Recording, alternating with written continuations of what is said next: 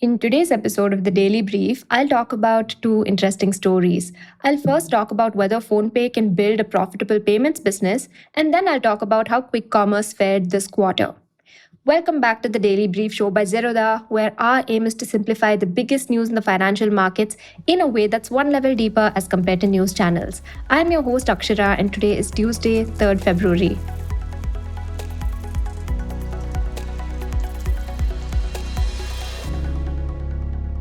Coming to the first story. So, one of India's largest fintech players, PhonePe, is preparing for an IPO. For most of us, PhonePe simply means UPI, and it's hard to overstate how big UPI has become. In FY20, Indians did about 13 billion UPI transactions. By FY25, that number was approximately 185 billion, more than 14 times the growth in 5 years at population scale. And companies like PhonePe have been the biggest beneficiaries of that shift. So the debate isn't really about whether PhonePe has scale. It clearly does. The real question is simpler yet tougher. Can PhonePe turn that scale into a profitable, sustainable business? That's an exercise we're doing to better understand their business. So let's begin. PhonePe does a lot of things, so you need a simple mental model to keep yourself from getting lost. For that, we don't have to look much further than PhonePe's own framing of it as a 3-layer cake. So layer 1 is daily payments. It's the foundation where habits are built through UPI transfers, QR payments, bill payments. Layer 2 is the monetization layer. This is where PhonePe tries to make meaningful money through merchant tools and devices, plus selling or distributing financial products like insurance, loans, gold, and mutual funds. Finally, the new platform layer. Things like its stockbroking app and app store built on top of the cash and distribution from the first two layers. Now, this model isn't theoretical because it helps us understand PhonePe's approximately Rs 7,115 crore revenue of FY25. The biggest part of PhonePe's business is consumer payments.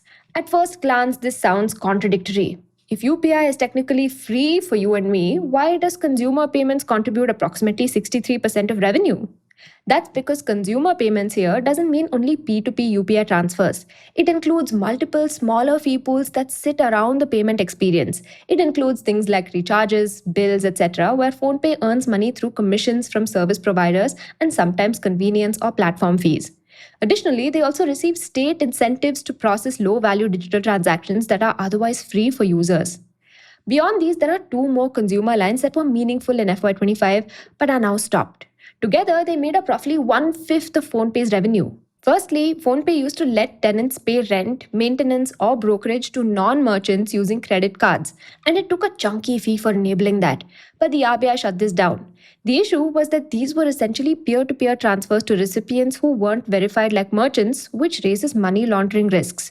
Real money gaming was the second hit. When the government cracked down on it last year, the damage spread beyond gaming apps. Payment players like PhonePe also took a knock because they used to earn fees when users made UPI transfers into these gaming platforms. The second biggest business line for PhonePe is merchant payments, which contributed approximately Rs 2,000 crore or approximately 28% in FY25. This includes monetization from devices like soundboxes, tools that help merchants accept payments outside of UPI, and related value-add services. PhonePe also has a payment gateway that contributes here, and much like consumer payments, here too they earn approximately Rs 165 crore from government incentives. Now, PhonePe's revenue has gradually been moving away from consumer convenience fees and towards merchants. The share of this segment has doubled from 15% in FY23 to approximately 31% in the latest numbers. And it makes sense too. After all, this looks far more monetizable than free consumer transactions. And then financial services revenue comes in at nearly 8%. But while small, it's one of the fastest growing parts of the business. It's the monetization bet that they're making for the future. Now, this bucket mostly includes insurance and lending distribution. PhonePe distributes products from partners and earns commissions and referral fees. And importantly, this is not the same as lending or insuring from your own balance sheet. The risk profile is completely different.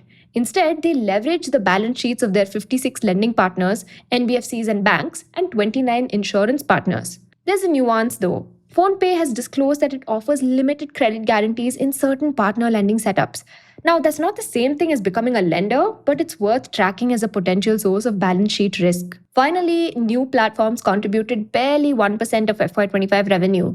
But strategically, it matters because this is where PhonePe is trying experiments with longer term bets, like its stockbroking platform and its App Store effort. These businesses are still early and they're also mostly loss making today. One of its experiments in quick commerce, PIN code, has already shut down after running for a couple of years.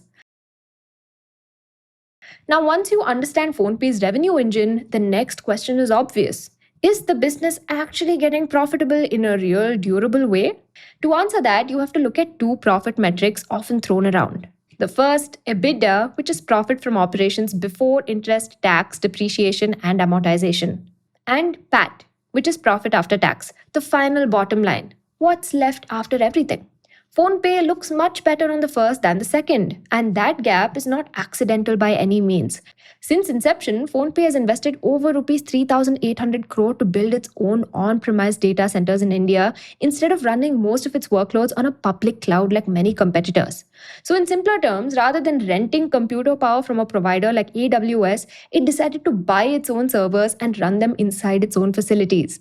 In fact, it even became the first company in India to set up an underwater data center. The logic here is pretty straightforward. On the cloud, your costs scale almost linearly with usage. So, more transactions usually mean a bigger cloud bill. But when you own the infrastructure, a big chunk of the cost is paid upfront. If you grow enough, your cost per transaction can drop sharply. In other words, this is a bet on operating leverage. It also gives them control. Data localization, performance tuning, energy optimization, hardware level efficiency, all the stuff that matters when you're running population scale transactions. But there's a trade off. When you own infrastructure, you also own the risk of depreciation.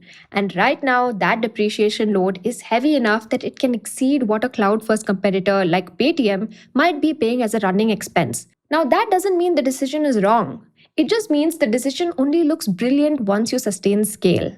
So, a simple way to frame it is that PhonePe's infra model can be cheaper in the long run, but is expensive in the short run until scale fully catches up.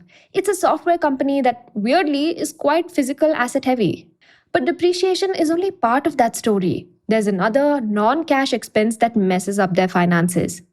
PhonePe's share based compensation or SBC is very high. In fact, it's the single biggest factor determining whether PhonePe looks profitable or loss making on paper. If PhonePe did not have to record ESOP expenses, it would have posted a profit of rupees 630 crore in FY25 instead of a loss. Now, you'll often hear people dismiss SBC as non cash and therefore treat adjusted EBITDA as the real story. But that's not honest. SBC is still a cost, just paid in equity instead of cash. And that matters because it does two things at once.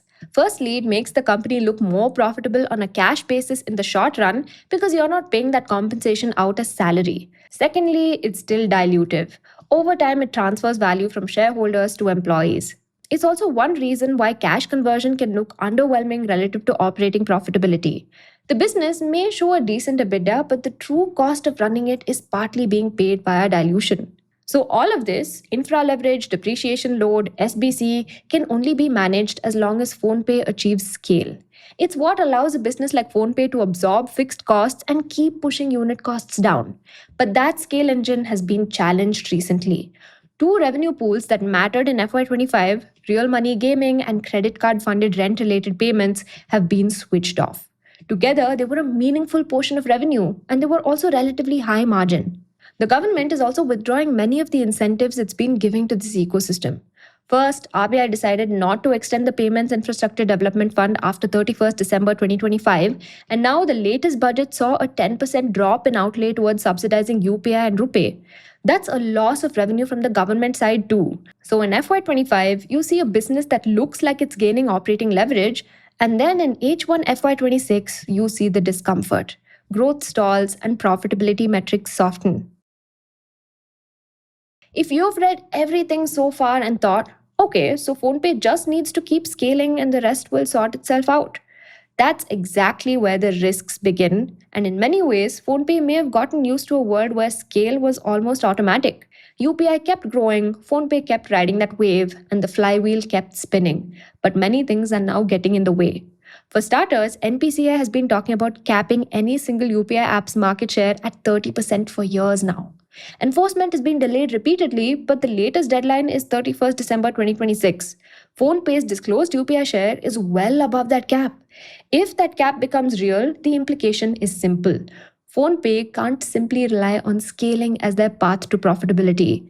Now, this also enforces them to focus on monetization much sooner than they would have liked, but that's not always bad. In fact, it can sometimes make a business more disciplined. But it does mean PhonePe's next phase will be judged far more on monetization and unit economics, not just usage charts. And then things like regulatory kill switches and government incentives being sunset only further complicate the story for PhonePe. So, this leaves us with a very simple framework to fall back to. Does revenue shift from easy but fragile pools to durable, repeatable pools? How much does it have to depend on revenue that can vanish with a policy tweak? How much does it make just because customers keep coming back to the platform? In practice, that means watching the mix shift from consumer revenue, where a meaningful chunk comes from policy sensitive fee pools, to merchant revenue. Here, monetization tends to be deeper and stickier because it's tied to daily business workflows. It also means tracking how much comes from lending and insurance distribution, which can be higher quality revenue if risk is controlled. And finally, it means keeping an eye on the new platform bets, the ones burning money today in the hope that they'll eventually turn into profit engines. Coming to the second story. Quick commerce is one of those spaces that we've been tracking very closely. Since the last time we covered the results of Swiggy and Zomato, we wrote about why quick commerce seems weirdly suited for India and went into great detail about how it's doing overseas. In our weekend show, Who Said What, we spoke about the developments in China's quick commerce companies. Now let's cover what the third quarter results say about Swiggy and Zomato. So Zomato reported more than rupees 16,000 crore in revenue in a single quarter and posted a profit. Swiggy reported a revenue of a little over rupees 6,000 crore and continued to make sizable losses. If one were to judge purely by headline numbers, the conclusion would seem obvious. Zomato is far ahead and Swiggy is still struggling to catch up. That conclusion would miss what is actually going on. The gap in reported revenue is not a reflection of a five-fold difference in customer demand or order volumes. It's primarily the result of a conscious strategic choice made by Zomato in how it runs its quick commerce business. Now, before getting into this, it's worth noting a change that says more about Zomato's priorities than any quarterly disclosure. Deepinder Goyal stepped down as Group CEO of Zomato. Albinder Dinsa, the CEO of Blinkit, will take over as CEO of Eternal. It looks like Zomato no longer sees itself primarily as a food delivery company, and instead, quick commerce has now taken center stage. That shift frames everything that follows. So, the key to understanding this divergence lies in how Blinkit and Instamart account for their sales. Blinkit operates largely on an inventory owned model. It buys goods directly from brands, stores them in its dark stores, and sells them to customers. Because Blinkit owns the inventory, the full value of every item sold is recorded as revenue. So, if a customer buys a 100 rupee bottle of shampoo, Blinkit records 100 rupees as revenue. Instamart, by contrast, still operates largely as a marketplace. In many cases, the inventory in its dark stores is owned by brands or distributors. Swiggy facilitates the transaction, handles logistics, and earns a commission. In accounting terms, it records only that commission, like 15 rupees on a 100 rupee order, as revenue. This difference alone explains most of the headline gap. Zomato's revenue number looks much larger, but not because it's delivering 5 times as many orders, it's because it's booking the entire value of the basket rather than a slice of it. Zomato itself acknowledges this by providing like for like numbers that strip out inventory sales, where the difference gets far less dramatic. Now, the cost of moving from platform to marketplace model is visible in the financials. In Q3 FY26, Eternal spent over rupees 10,000 crore on purchase of stock in trade alone. That is approximately 60% of reported revenue, and this money is paid upfront long before customers place their orders. Inventory ties up working capital, and any miscalculation in demand or assortment can quickly become a drag on returns. Food delivery, which once defined both Zomato and Swiggy, is now a far more predictable business. Growth has slowed meaningfully from the breakneck pace of a few years ago, and the focus has shifted from expansion to optimization. At Zomato, food delivery growth in Q3 FY26 was in the high teens, with management indicating a gradual improvement in growth momentum across cities. Swiggy reported similar numbers, with its food delivery business growing about 21% during the quarter. These are still heavy growth rates, but they're a far cry from the 40 to 50% growth the category saw in its earlier years when penetration was low. Margins in food delivery now appear to have reached a more stable phase. Zomato reported an all time high adjusted EBITDA margin of 5.4% of net order value in Q3 FY26, a level that management has previously suggested is close to where the business should structurally settle. Importantly, the company is no longer talking about aggressive margin expansion in food delivery. Instead, the emphasis has shifted to maintaining discipline while redeploying incremental profits into newer businesses. Profitability in Swiggy's food delivery business remains lower than Zomato's, and the company continues to operate with thinner margins as it balances growth and competitive intensity. One subtle but telling change in Zomato's reporting is how it now frames the food delivery business. The company has moved away from emphasizing gross order value and instead focuses on net order value, the amount customers actually pay after discounts. While this arguably provides a cleaner view of monetization, it also reduces visibility into how much demand is being driven by promotions. And this shift signals that management wants investors to judge the business less on volume and more on value. For both companies, the role of food delivery has changed. It's no longer the primary growth engine. Instead, it functions as a relatively stable cash machine that helps fund the far more uncertain battle currently unfolding in quick commerce. Now, coming to quick commerce, Blinkit currently operates roughly 2,000 stores and has indicated that this number could rise significantly over the next year or two. Instamart operates a little over 1,100 stores and is expanding rapidly, but from a lower base. Both businesses are growing quickly. Blinkit's net order value grew well over 100% year on year. Instamart's gross order value grew at a similar pace, though slightly slower. Both are also pushing average order values higher by expanding into non grocery categories such as electronics, toys, and small appliances. Delivering a 700 rupee order costs roughly the same as delivering a 400 rupee order, so larger baskets materially improve unit economics. The question, however, is whether this growth is translating into sustainable profitability. Blinkit reached adjusted EBITDA breakeven in this quarter, an important milestone. Management believes steady state margins of 5 to 6% are achievable over time, pointing to certain mature markets where this is already the case. At the same time, the tone on margin visibility has become more cautious. As Eternal CFO Akshant Goyal put it on the Q3 FY26 call, So I think, yeah, I mean, like it's very hard to predict the trajectory of margin, I think, which is what we've also mentioned in one of the questions in the letter in the near term, right? So competition is not, I mean, the competition intensity, even if it's high, is not steady always. pressed further on whether margins would continue to improve at the same pace, Goyal was explicit. We're not able to confidently say that the pace of margin expansion will be same as what happened in the last quarter because the competitive intensity was high in the last quarter, and therefore going forward should also be the same. That uncertainty is not rhetorical. Management has openly said that it's willing to take margin hits if competition turns irrational. Albinder Dinsa was blunt about this trade off. Blinkit will respond to aggressive pricing or incentives from rivals if needed, even if that delays profitability. Swiggy's Instamart remains loss making with adjusted EBITDA losses around Rs 700 crore, but the trajectory is improving. Contribution margins have moved meaningfully in the right direction and losses have narrowed sequentially. Swiggy's strategy now is less about adding stores and more about increasing throughput per store. The network has been built. This more disciplined tone around growth did not emerge by accident, though. Over the past quarter, the company actively tested whether it could buy growth more aggressively in quick commerce. This included lowering minimum order values and increasing discounting to see if cheaper entry points could help acquire users more efficiently. The results were mixed at best. While these experiments lifted short term volumes, they failed to create lasting behavior.